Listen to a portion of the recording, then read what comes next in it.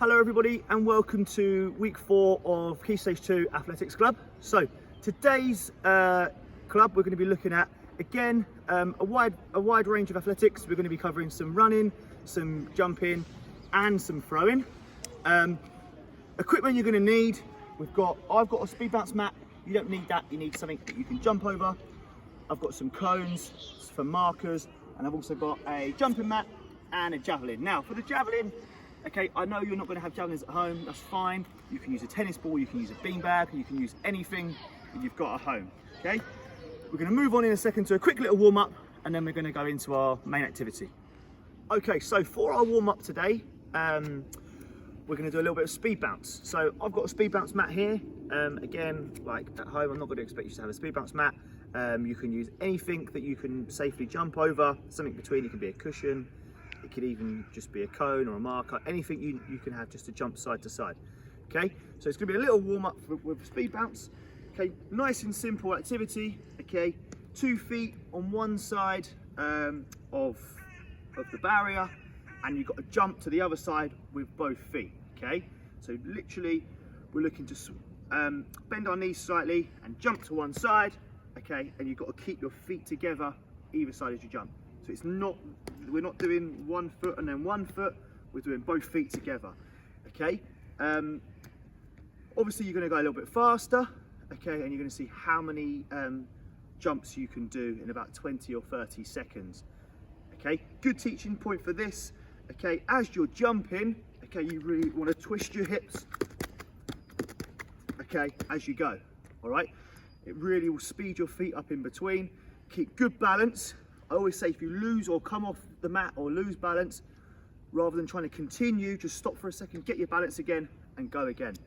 All right, like I said, give it a few goes, see how many you can do in about 20 or 30 seconds. Okay, and then we're going to move on to our main activities. Okay guys, so we're moving on now to our first activity, and today we're going to be trying to do a speed test. Okay, so with our running activity today, we're looking for, I've set up some cones this end and some cones that end. Okay, and it's literally just going to be a shuttle run, there, back, there, back, there, back, and you're trying to really build up that speed and acceleration, nice and quick. A quick touch of the cone and a turn. Okay, get that agility and balance to get down and turn quickly, and then get back into your running and your speed again. So the challenge is 10 laps of 10 meters. So total is going to be 100 meters. Okay, and you're looking to see how quickly you can do the 10 laps. Okay, so a little demonstration. Okay, we're looking for a nice quick start. Okay, so rather than being up straight, you want to be down nice and low. Okay, you want to be a good start. Okay, as soon as you're off, down, touch the cone and sprint back. And you're going to do that 10 times. And you're looking to try and beat your score or your time each time you try it. So give it a go. Maybe try 2 or 3 times. Really important that you're building that speed and acceleration up. As soon as you're getting down, you're turning and then you're accelerating back off. Good running technique. Try and get up nice and high. Bring your arms together, knees up. You want to be in this position when you're running and your chest up high. You don't want to be too low when you're actually running, because that's going to slow you down. You want to really get down low, get back up nice and quick, and start powering the arms and the legs again. Like I said, give it a go, and then we're going to move on in a bit. Okay, so for our throwing activity this week, I'm going to be showing an example of how to use a javelin. So it's a soft javelin. I'm not expecting you guys to have javelins at home. Okay, so you can use the exact same technique of throwing a tennis ball or a beanbag, or again, anything that's safe to throw. Okay, so it's just looking at the technique of how to throw the javelin, and then you can copy this by throwing, like I said, throwing something different. All I've got is 2 markers and a javelin for this activity. So place your first marker down on the floor, and your second marker is going to be where your javelin or your ball or your beanbag lands. Okay, so nice and simple. With the javelin, okay, we want to hold the javelin towards the top. Okay, not right at the top, just a little bit lower than the top of where the javelin, where the flight is. Okay, we want to get a nice good grip on the javelin. Okay, And the most important thing is getting your body position right when you're throwing, okay? So rather than standing square on to where you want to throw, you want to almost stand side on to where you're throwing, okay? So you can get that movement in your hips, because that's where your power is going to come from. Okay, bringing your hips round is going to bring a lot more power and distance, and you're going to get more distance in your throw. Okay, if I'm standing this way round, I'm going to really struggle to get the power from the hips. Okay, so you want to be feet probably a bit more than shoulder width apart, side on to where you want to throw. Okay, now I've got the grip right. Okay, now I've got to get the arm position right. Okay, so you want to get this arm nice and straight, and you want the javelin or the tennis ball or whatever you're throwing to be facing upwards, okay, to where you want it to go. If this is facing down, the only way this is going to go is down on the floor. Okay, you want to be facing it up, pointing it towards the sky, okay, and then throwing in that direction. So my other arm is literally going to be my aim. So this is where I want to throw. I want to throw this direction, so that arm could just go up in the air where I'm going to aim. And all I'm going to do is a standing throw. So I'm going to rock back into it, and I'm going to come around. I'm going to throw. Like I said earlier, the hips are going to come round, and that's where I'm going to get a lot of the power from. Okay, so nice demonstration. Okay, rocking back and throwing, landing, and then my second marker is going to be used to measure where my throw landed. Okay.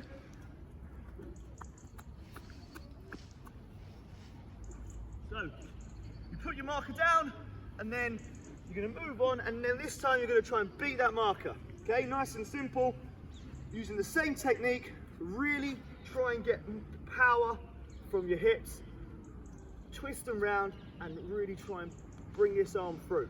Okay, so I'm going to try and beat that score now. Slightly further. Each time I beat it, I'll move the marker forward. Okay, and then if you don't quite beat your marker, obviously leave the marker where it is. Have a few goes at this and really try and challenge yourself, try and beat that score each time. I mean, at the end, you can maybe do big steps out and see how far you're throwing. Okay, give it a go, and we're going to move on. Okay, so we're going to move on now to some long jump, and we're going to be looking at some standing long jump again. I know we've covered this previously. Today we're going to be working on more on little recap on the technique, and then trying to work on beating and see how far we can go, measuring our jumps. So I've got a long jump mat here. Again, if you're at home and you're doing this and you haven't got access to anything like this, you can use a measuring tape, okay, or you can literally just mark out with your feet some markers so you can see a rough idea of how far you're jumping. So a little recap on the technique. So we're looking for, again, we're looking for our feet sort of shoulder width apart, okay. That gives us nice good balance. If our feet are together, sometimes we might just lose balance a little bit. It's not too far apart, but just to get a nice balance when we're jumping. Bending our knees, this is where we're going to get a lot of our power from. Bending our knees, we're going to get a lot of power from here. And then we want to really swing our arms as we're jumping. And as we're jumping with 2 feet together, and we're landing with 2 feet together. Really important we get that bit right. Okay, so a little just demonstration, small jump, okay, 2 feet together, and landing with 2 feet together. All right, the last thing we want to do is be jumping and landing like this, because we've always got to measure from the back of our foot. Okay, so I'm going to move on to the long jump mat now. Okay, I'm going to have a little look at how we measure and to see how far we're going. So again, get the technique right. Have a little practice at the technique first before you move on to measuring your jumps.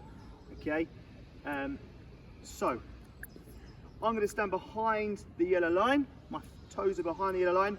So have a starter marker that you're standing behind, and obviously I'm going to talk through how I measure on here, and then you can measure it how you do at home. So all I'm going to do, okay, is a little demonstration. Okay, so I've bent my knees, my feet are shoulder width apart, bending my knees, swinging my arms. And as I'm swinging, I'm then going to jump up. Again, we don't want to get into the habit of leaning forward too far, because as soon as I'm leaning forward, all I'm going to do is I'm going to fall forwards, and I'm not going to get as much height on my jump. So I really want to focus on getting my body posture up. Okay, as I'm jumping, I'm going up in the air. I'm bringing my arms up, and I'm trying to see how far I can go. Okay, and I want to extend my feet forward. All right, so a little demonstration. Okay, as I'm jumping, oh, it's a bit wet. So all you've got to look at is the first marker is 1 meter. So from there to there is 1 meter. Then I'm measuring from the back of my foot. So I'm looking at 1 meter and 30. Now I know I can go further than that. Okay. The mat is slightly slippery this morning as I'm filming this. So I'm going to jump to the side of the mat for this jump. Okay. Otherwise I might fall over and I'll give you all a laugh at home. So I'm going to go a little bit further this time. Really push. Okay. So this time I'm going a bit further. And I'm looking at just on the 80, so 1 meter, 80, okay? I'm gonna have one more go to try and beat that again, and then you guys can have a go at home and see how far you can jump.